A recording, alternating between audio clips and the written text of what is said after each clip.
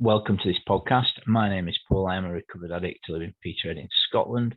I'm really pleased to have been joined today by Kerline from the Netherlands. Hi, Paul. Hi. I'm very hi everybody. I'm very grateful to being invited for this. So thank you. Lovely stuff. Well, we're pleased you've joined us, and thanks for your service. Thanks for your time. So today we're going to be talking about experience, strength, and hope, and the journey into sobriety, and what it's like living clean. So there's going to be various things on the screen, and there'll be information about how to get to online meetings and hear more knowledge of sobriety and how to stay clean.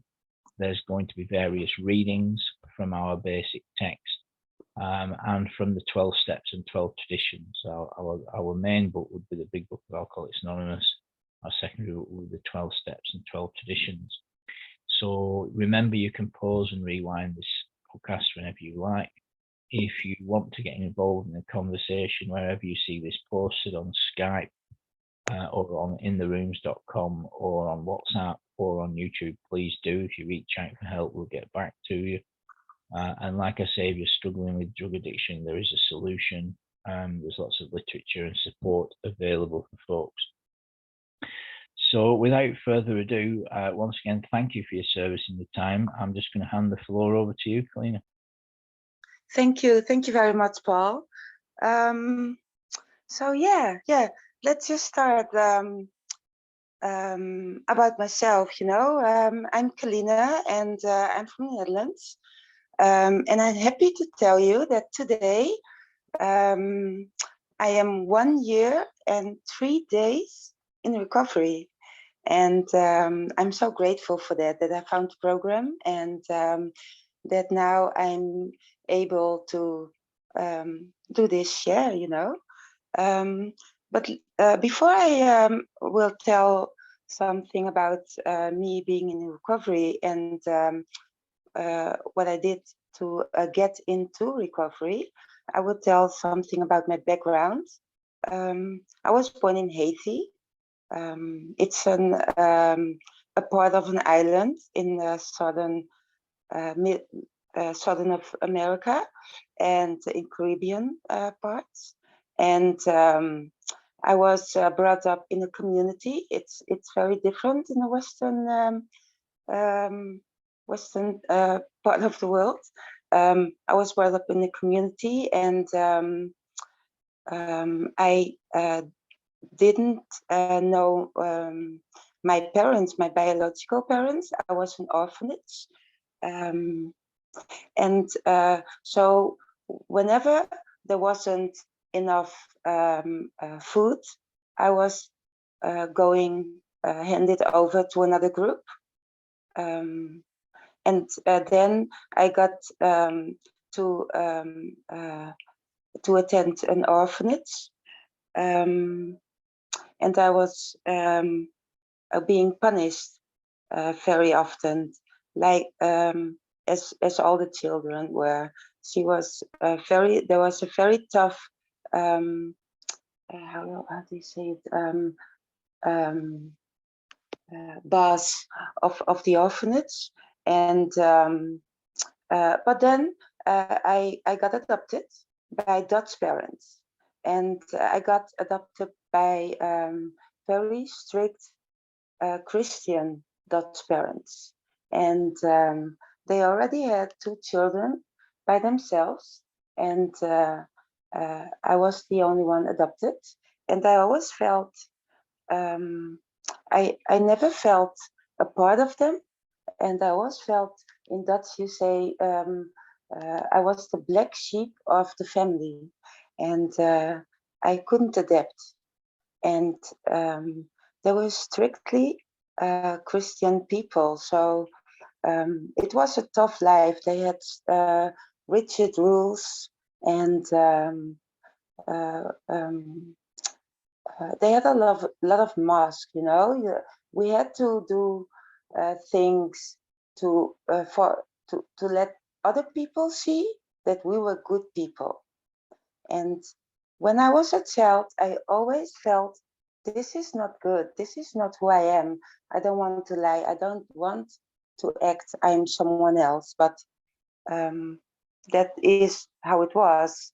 And I couldn't connect with my parents. There was a lot of fights and a lot of fear and a lot of neglect.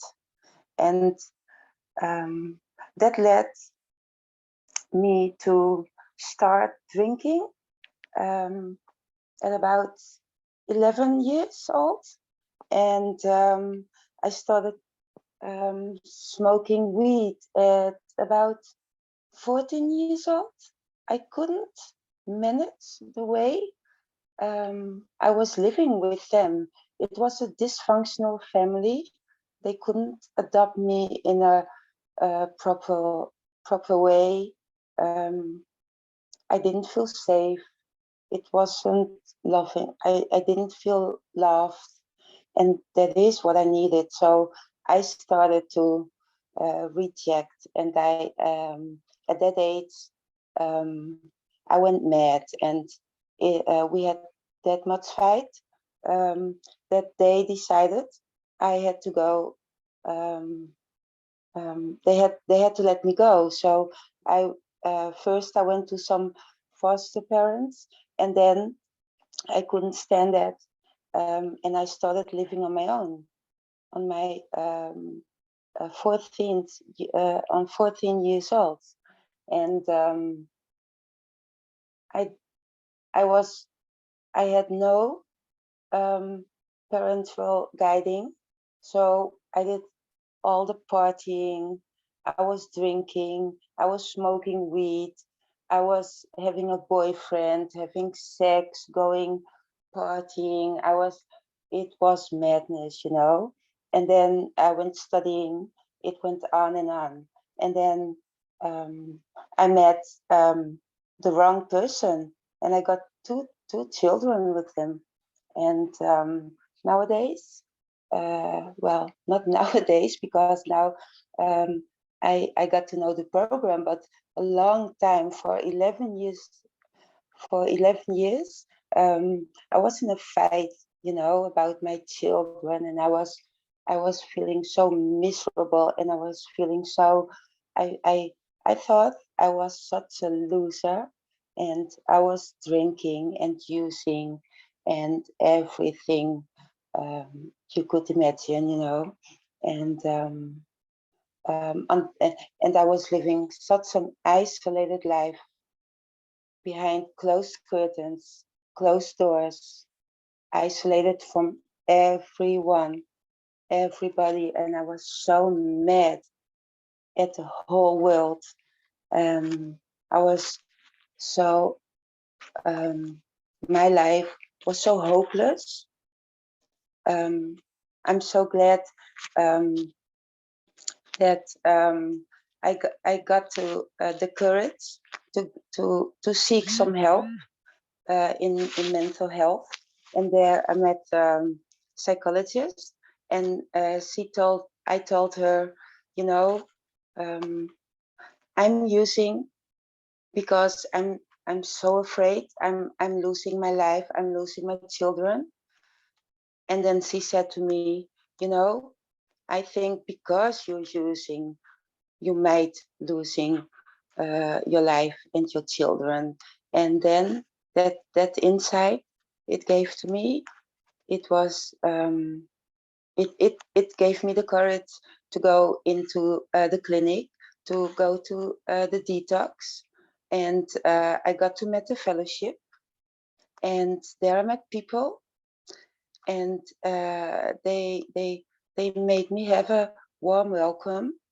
They looked well, they were smiling, they were laughing, and they were telling my story, you know. I was like, what the, I they were so many different people, and they were telling my stories uh, that were like mine, and I felt so much recognition and so much warmth, and they told me just keep coming back, you know, and just um, keep coming back, read the book, and you will be okay. And I just did that. And I kept coming back, and I kept listening to them, to that, and I kept listening to that suggestions. And I started reading the book, and it was my story, you know. This book, it doesn't only tells the problem I have, step 1, but it also tells step 2 till 12 the solution, you know, how to go on and how to stay in recovery. There is a solution. I can recover. It gave me so much hope and faith, and so I stick to it. So I kept coming back, and I found myself a sponsor. I listened to her suggestions. I went going. I went going to meetings, doing service. You know, I stayed in a triangle of recovery, unity, and service. And I did all that, you know, with all my effort, and it worked.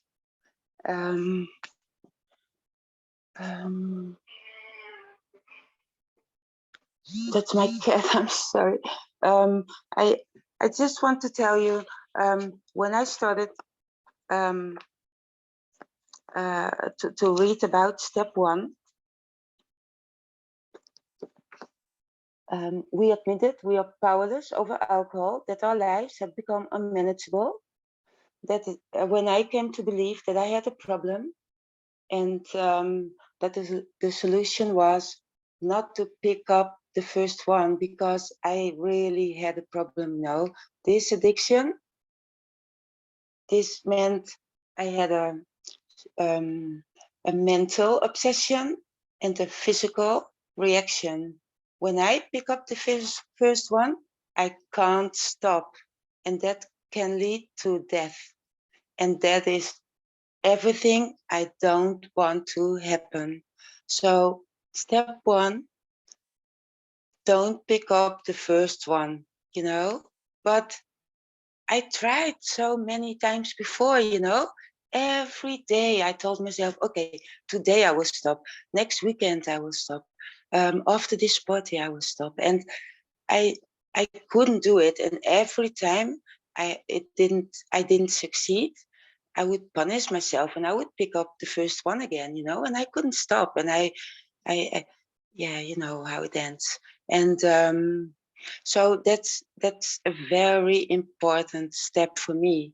Step 1, just accept I have a problem. I can't do it alone. I tried so many times before, but hey, I'm still here. So when I can't do it alone,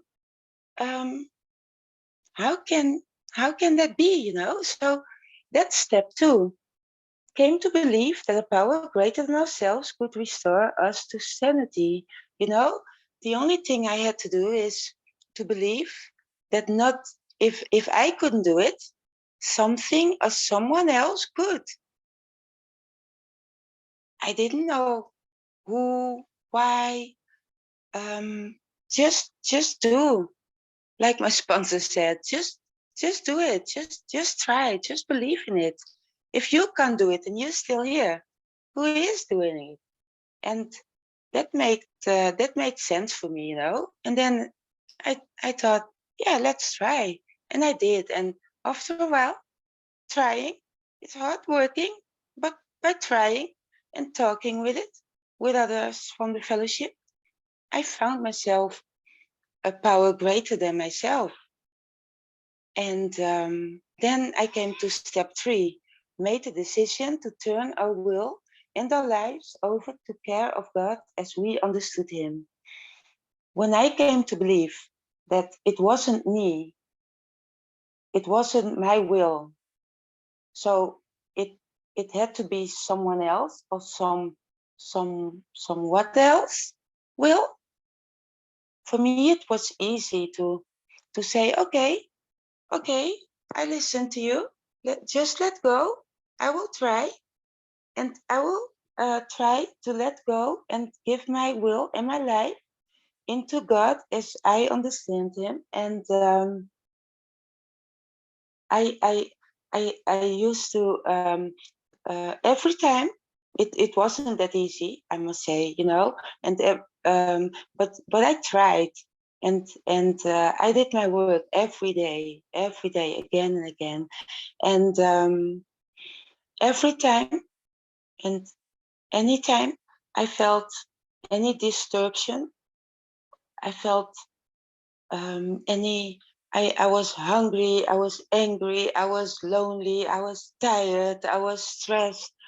I said to myself the serenity prayer: God, grant me the serenity to accept the things I cannot change, the courage to change the things I can, and the wisdom to know the difference. And later on, I made it a bit shorter for myself. And then I said at that moment, let go, let God, not my will, thy will. Let go, let God. I'm okay. It's okay. And that helped me. And once I did that, step 1, 2, 3, knowing to accept and knowing to give over my life and my will, I could go on and learn more about myself, how to forgive myself and how to forgive others in step 4 until step 12. Step 4 made a searching and fearless moral inventory of ourselves, it was such a relief. I got an oversight, a clear map of my life and what happened to me. And I got to be honest, and not only to myself, but in step 5, admitted to God, to ourselves, and to another human being, the exact nature of our wrongs. Just another, to not only being honest to myself, but in step 5, being honest to another. In this case, the first one was my sponsor. It was the first time I told all my secrets. And it was the best thing I could ever done, because I got lost of the big packets on my back and on my shoulders. I was always carrying. Finally, I trusted someone to tell my story in all honesty, and by doing that, I could do step 6.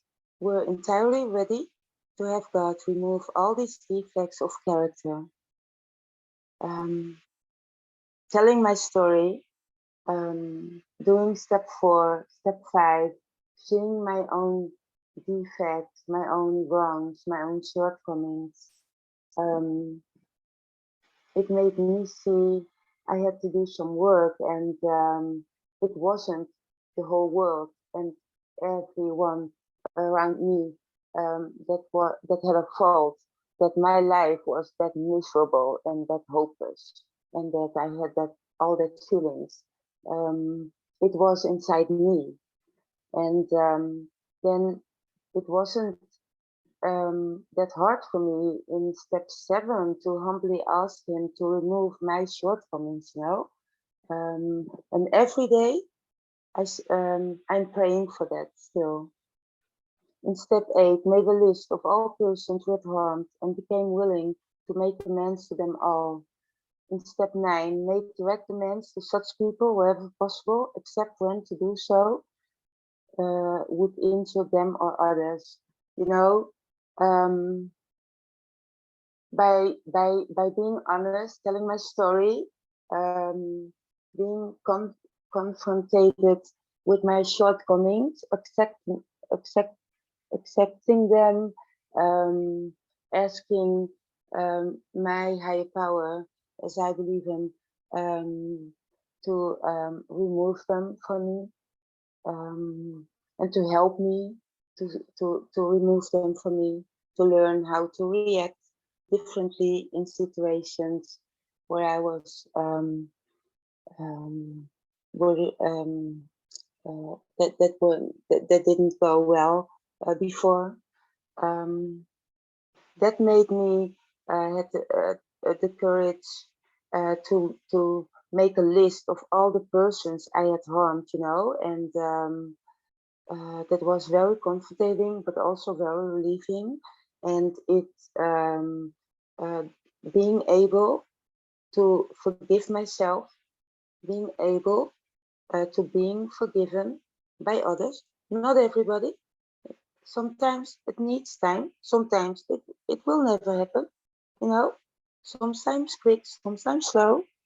But, you know, it's such a wonderful, beautiful, spiritual feeling, believing thing, by making amends and just being honest to myself and to the other. And, well, um, when you're lucky, the being forgiven, that's such a wonderful, beautiful feeling. And yeah. And then step 10, continue to take personal inventory. And when you were wrong, promptly admitted it. You know, it's for me every day. I make. I will look at myself. How was my day? How did I react? How did others react to me? Is there some work needed to do? Do I need to make some amends to some people? How are my feelings? You know, the big book has all the beautiful questions to help me with that, and I do them every day, and it's very important for me to live a life being live a life in the now and live a life with love and being honest with myself and being honest with others. And by doing step 10 every day, that helps me doing that. Step 11, sought through prayer and meditation to improve our conscious contact with God as we understood Him, praying only for knowledge of His will for us and the power to carry that out.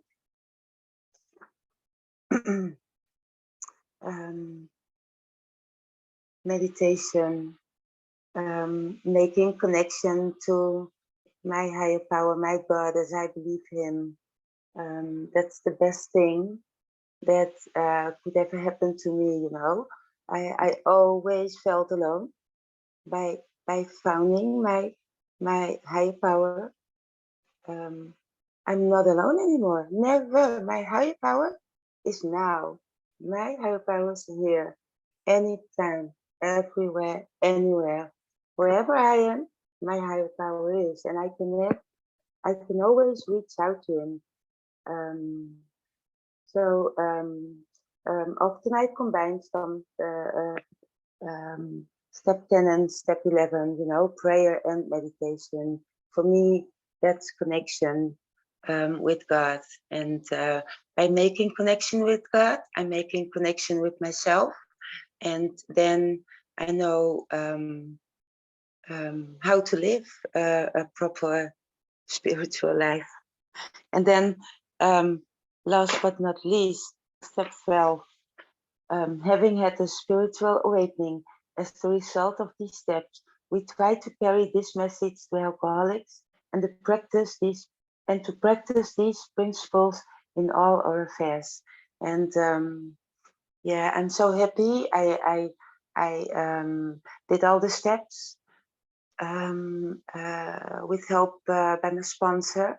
I have sponsors right now. I can carry this message in love and service, and that's the best thing I can do by helping others, helping addicts that are still suffering, helping addicts that are well, like myself, in early recovery, just being there for each other, unite.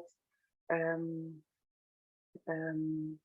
that's the best I can do, and by doing that, um, I'm helping myself, and I'm helping myself staying in the triangle of unity, service, and recovery.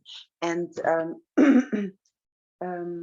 I told you the steps from 1 till 12, but you can also do them from 12 till 1, because helping others, I need to pray and meditate, and to pray and meditate, I need to know what to pray and meditate about. So what happened to, how was my day? What happened to me? What did I do? Then at 9, I have to think about, do I have to make amends to people? Step 8, did I forget someone, who is going to be on my list? Step 7, what shortcomings do I have to ask God to remove from me? Step 6, which shortcomings do I actually have and had today and have to work on? Step 5, don't keep this for myself, just share this and tell this to another, And step 4, because before I can do that, who am I, and what are my defects, and what are the things that happened to me, and what was my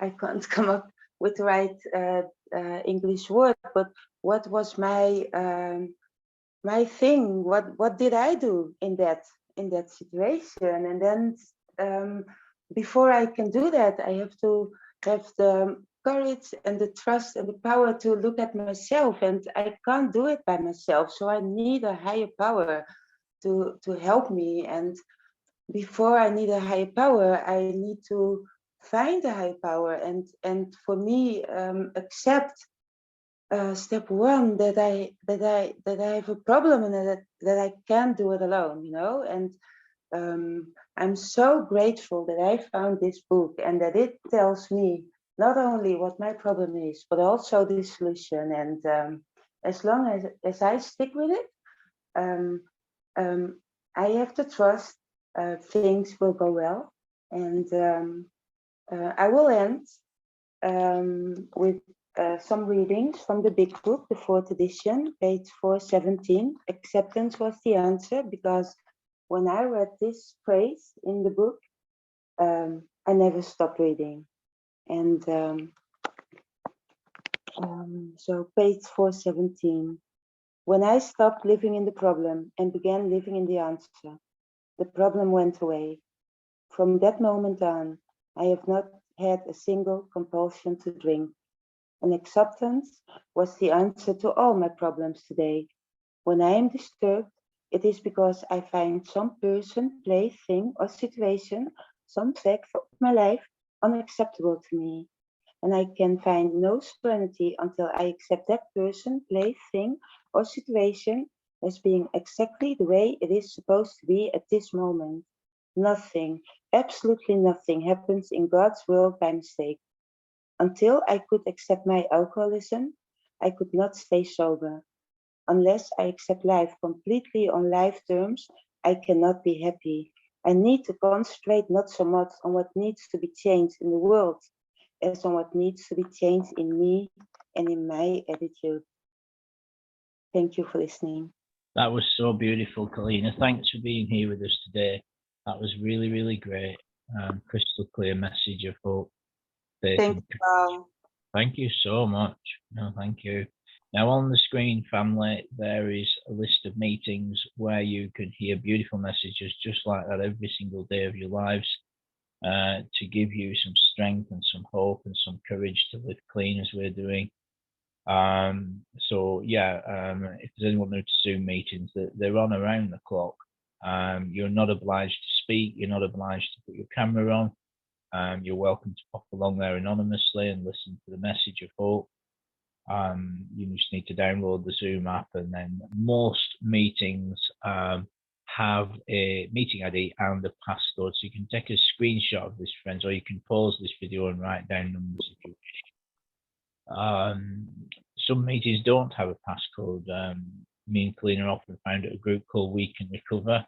It's a wonderful meeting. It's on 3 times a day, every day, 2 o'clock, 8 o'clock, 9:30 UK times, and everyone's welcome. There's no passcode for that. The meeting ID is at the top of the screen. The UK Samaritans number is at the bottom right, as is the CA UK helpline. The top centre is a great website, kanonymous.org.uk, where you can find out about face-to-face, in-person meetings and Zoom meetings. You can also read lots of great pamphlets, find out about upcoming UK events. So yeah, beautiful message, Kalina, and we do recover. You know, sobriety is possible. So if there's anyone listening to this, you never need to drink and drug again.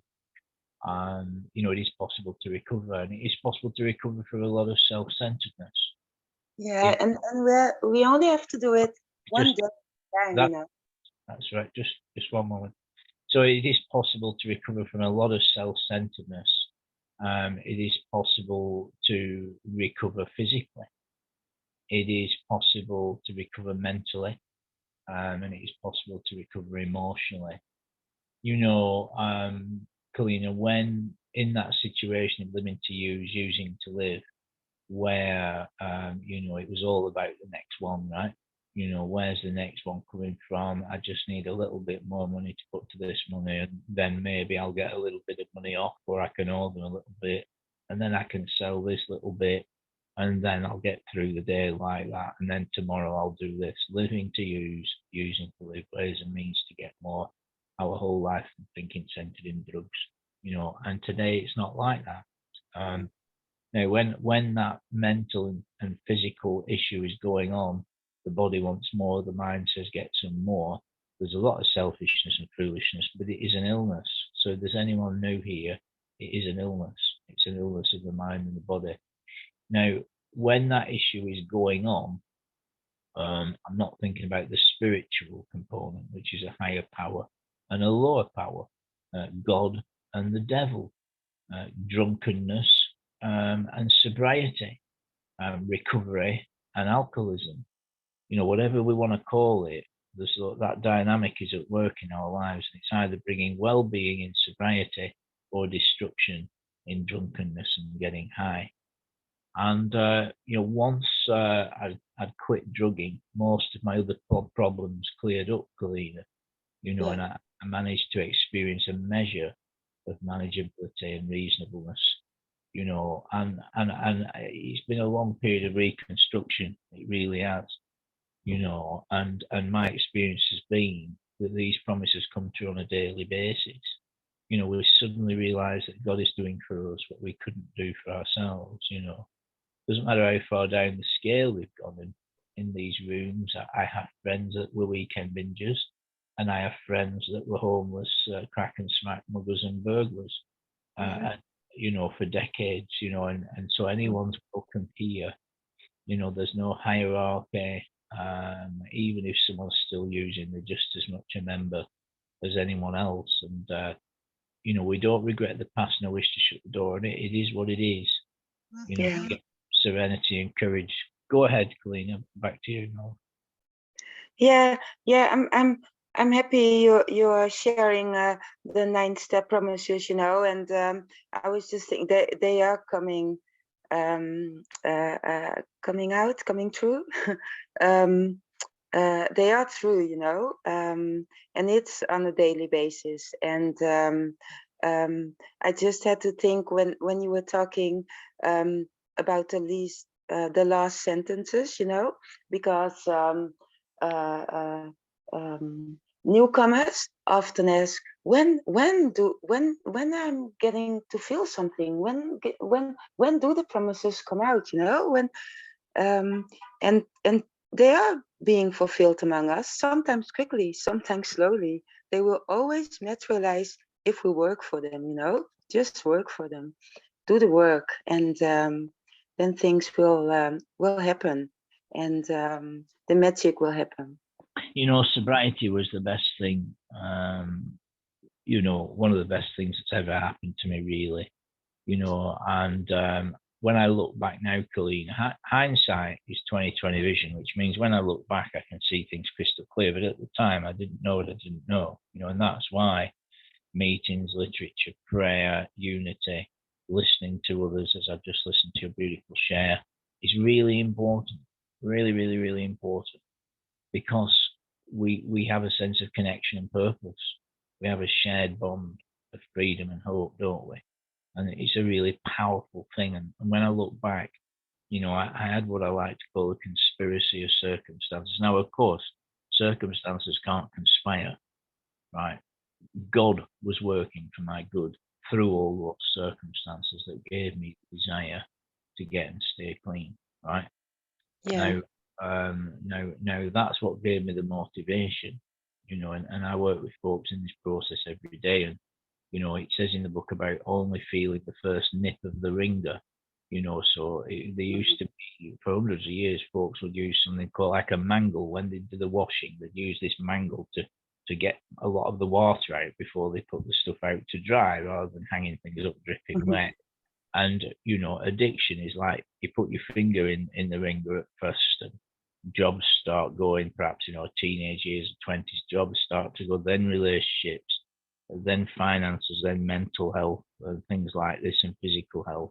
And you can keep your hand and your arm in the ringer until it starts chewing up your whole arm, or you can stop and take your hand out of the ringer, and you know, that's where you're at, kind of thing. Well, you know, I'm really glad, you know, that rock bottom becomes the solid foundation upon which we can the rest of our lives. I'm really glad, you know, that we don't need to dig anymore. The only real true rock bottom is death. You know, you can keep digging, you know, and I'll hand it back to you with saying this, you know, having got clean, if, you know, when I picked up again, which I did thankfully a long time ago, you know, we fall back down the hole we just climbed out of. You know, we might cling to the sides for a few days or weeks, but sooner or later we end up at the bottom of that hole again, using just as we were usually, and we pick up that shovel and start digging again. You know, and you know, once we get into sobriety, it's a different shovel. You know, God will move the mountain, but we must bring a shovel. What do you think?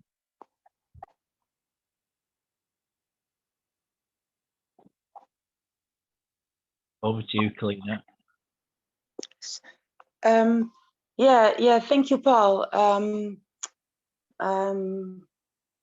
It's a wonderful thing to be in sobriety. You know, I always thought I was so I can't find the right words right now. But it was such a hell, you know. I was so scared. I was so full of shame. And being in sobriety, I learned how to, I can ask for help. I can reach out. I can help others. When I can learn how to communicate with others, how to unite with others, by doing service, or, you know, just I learned I am okay. I can let go because I always tried doing things by doing my will, and I always thought I was alone, and I'm not alone anymore. And I don't. It's better not to do my will, because that's sanity. And by letting go, that is the biggest thing I learned by the program. By letting go, nowadays things are going so much easier, you know. Just it doesn't have to be my will, and by just doing that and acting on that knowledge, my life is so much better, you know. I have so many. Um, uh, um, I don't have that much arguments anymore. I most of the times I just feel okay. I'm okay, and people think I'm okay. The situations I couldn't handle before, um, they're much easier, and yeah, just by letting go. It's not just by letting go. I have to work for it. I had to work for it, but now it I can feel on daily basis it is working, because by looking at myself, working, the problem isn't outside myself, the problem is in me, and that is what the program taught me. And as long as I'm working on myself, things will be good. That's right. That's right. And what I was doing was I was medicating my feelings. That's what I was doing. I was really medicating my separation from God. I was medicating loss of jobs, relationships, and finances, sorrow, soul sickness, self-medication, and I put a lot of years into that, but really it wasn't a solution. And then I realized my thinking was the problem, and my thinking had to change. And change is the only constant in life. In meetings we get a checkup from the neck up. We get to check our thinking, and the longest distance on earth is from the head to the heart. That's the longest distance on earth, that 12 inches. And so if there's anyone here that's new, my message to you is you can quit drugging and find a new way to live. Our message is hope, and our promise is freedom. That any addict can quit drinking and drugging and find a brand new way of life. The disease of addiction can be arrested at any point, and sobriety is possible. You get folks to say, oh, it's not a disease. Well, you might not breathe it in, although I breathed in a lot of things when I was using. You might not breathe it in and catch it like you would the cold. But everyone I know that's developed this disease has caught it from being around other folk that already had it, Kalina. Yeah. They've caught it, contracted it from being around folk that already had it. So in that sense, it definitely is a contracted disease. But once we get clean, see, I would get clean, sober cleaner, but because I didn't have what I now know to be a daily program of action, which means I do things every day to stay clean. Inevitably I would pick up again, and when I take that, but if I take a drink, the drink takes a drink, and the drink takes me. See, but if I take a drug, the drug takes a drug. See, and the drugs take me, and that's us off to the races. One is too many because 1,000 is never enough. And once we set off the phenomena of craving because of the mental state of an addict alcoholic, it's game over usually. And my experience was that first one was always a choice. After a period of sobriety, that first one was always a choice for me. And the second one was always a choice. After the third or the fourth, the power of choice is so reduced, because of the phenomenon of craving and the alcoholic mind, you see. But yeah, certainly. And,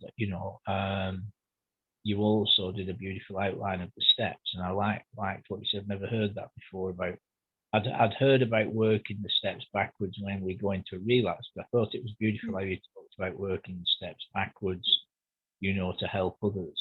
I was profound. I really did. And,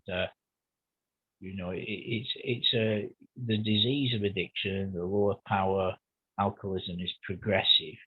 But if your recovery is progressive, then the disease is regressive, no matter how many nights we go to bed clean and sober, having a productive, responsible day, the disease of addiction is always there in the morning, and a friend of mine says this, he says, most folks wake up out of sorts every morning, and we've got to get our thoughts organized, and we've got to get rightly related to God. We've got to get into prayer, we've got to read some literature, we've got to get on meetings, we've got to get into action. you know, and I can't remember his exact words, Colleen, but he says everyone wakes up feeling out of sorts in the morning or something like that. You know, what do you think? Yeah. Sorry, one more time. Last sentence. Yeah. So I have a friend who says that most folks wake up in the morning feeling a little bit out of sorts, and they have to get connected with God and the fellowship and literature and the program. Yeah.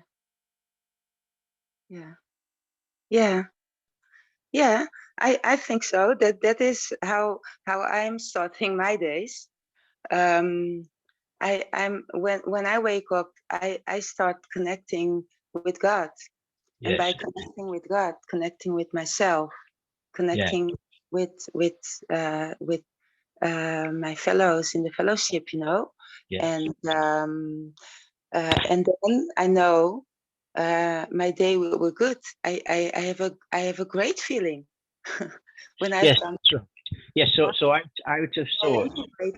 I integrated in my life, and I just want to reach out to the still suffering addicts and all the newcomers. You know, it is possible. You can recover. We can recover. Yes, that's right.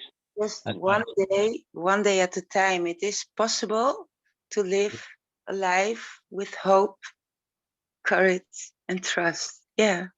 That's right. So out of sorts is an English expression. It simply means feeling out of order, not feeling the happiest or the most well. You know, we often wake up in the morning and we're like, meh, oh, you know, kind of feeling. But I just want to talk about sponsorship. So a sponsor is someone that's been through the 12-step process, has had a vital spiritual experience, a change of mind, a change of heart, and a change of direction, knows the literature, knows the steps, knows the program, and is willing to freely take a man or a woman through the 12 steps so they too can be liberated from the obsession to drink and drugs. So if you're listening to this and you're looking for a sponsor, we can definitely help you with that. You know, I have current lists of males and females that are ready, willing, and able to take through this 12-step process. So if you're listening to this and you want to go through the 12 steps, that's best done with a sponsor, and we can definitely help you with that. So reach out in the chat wherever you see this posted, and or come along to Zoom meetings, which are on this screen here. There's a lot of help and support available. So just as we come to the last 3 or 4 minutes, you know, what I want to talk about now is in carrying the message, you know, and the importance of meetings as a vehicle for the teaching and practice of these 12 steps.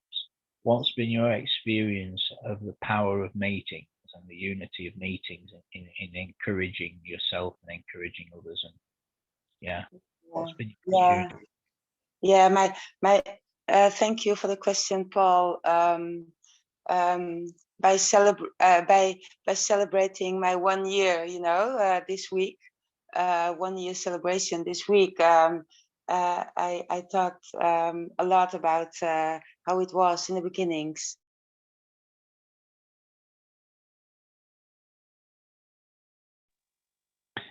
Yes, absolutely. Yes. Are you still there, Kalina? Oh, I think the connection seems to have dropped briefly. Yeah. Oh, go ahead. Yeah. I was just telling, by celebrating my 1 year milestone this week, I was thinking back a lot about first meetings, you know, and for me it was like a warm bath. I came into the meeting and I was nervous and I was scared, of course, but and I thought, what the heck, it's a cult. Why do they say all these things together in the same time? And why are they hugging each other? Why are they? Well, I had all these believings, you know, and but overall, meetings, they are so powerful. because when I go to meetings, I can share my story and I can listen to others sharing their stories, and I have so much recognition in it, and I can learn so much from it, and that's so wonderful, you know. And being able to share my deepest feelings, my what used to be secrets, yeah, that's a relief. And then I can get rid of the things that that's not good for me to keep inside, and I can share it with my fellows. And also by attending meetings, for me it is important that I found a home group, a meeting that I feel very welcomed, and a meeting where I'm doing service, because by doing service I'm uniting with other fellows, I'm overcoming fears, I'm learning how to communicate, how to do certain tasks, how the traditions works, to stay unity. It's so important. And by saying that, last Saturday, the 10th of June, it was Founders Day, you know. It's 88 years these kind of meetings are being held. 88 years. Some addicts had the best the best idea to start meetings, and nowadays 88 years later we're still having them, and we're still using the same traditions, we're still doing the same 12 steps, and it works. And it gives me a lot of trust and a lot of hope. Yeah. Lovely stuff. That was beautiful, Kerline, and the great goodness and wisdom of God in helping those two drunks to find lasting, permanent sobriety. Beautiful. And recovery is a wonderful thing. So, look, I want to thank you, Kerline. I want to thank you for your time. I want to thank you for your service. I want to thank you for a crystal clear message of hope, faith, and courage, and for being here today with us. Thank you. Thank you very much, Paul. Thank you for the invitation. It was lovely. Lovely stuff. Okay, family, feel free to reach out. You can recover. Stay strong. Check out the other podcasts on the channel. Get yourself to a meeting. You know, the literature, the steps, the program, the fellowship work very, very well. Thanks, everyone. Stay strong, family. Thanks, Kerline. Thank you, Paul. Thank you.